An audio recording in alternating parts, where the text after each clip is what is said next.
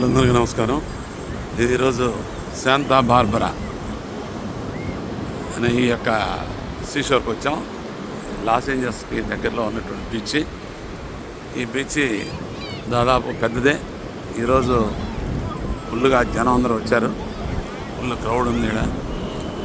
అలాగే ఈ జట్టి కూడా ఉంది ఇక్కడ. ఈ జట్టి మీద అందరూ కూడా వెళ్ళొచ్చు. ఫ్రీ ఎంట్రన్స్ అయితే జట్టి కూడా.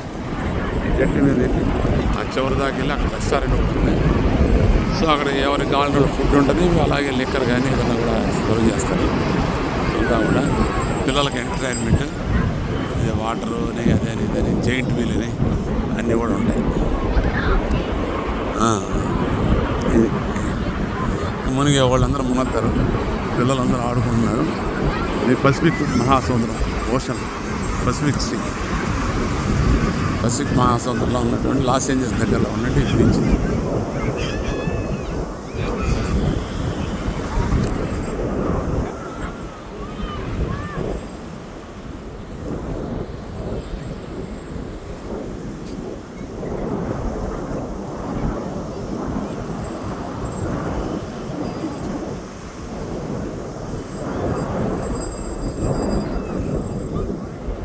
పిల్లలందరూ మునిగేవాళ్ళు.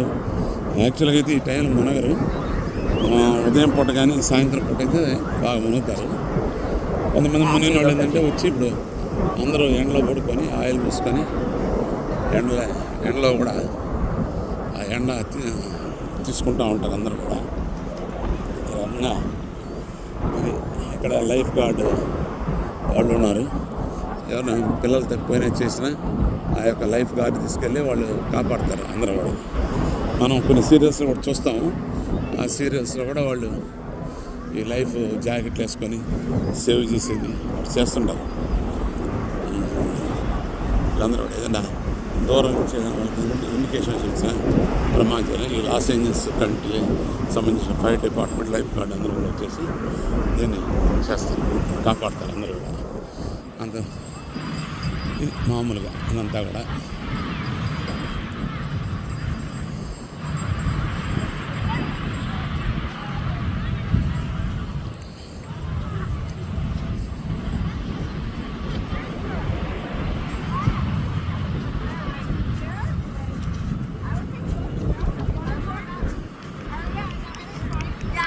ముఖ్యంగా వాళ్ళకి ఎండకి బాగా ఈ ఎండకి పడుకోవాలని వాళ్ళు ఆయిల్స్ పూసుకొని ఆ ఎండకి పడుకొని ఎండ వీటిని ఆస్వాదిస్తారు.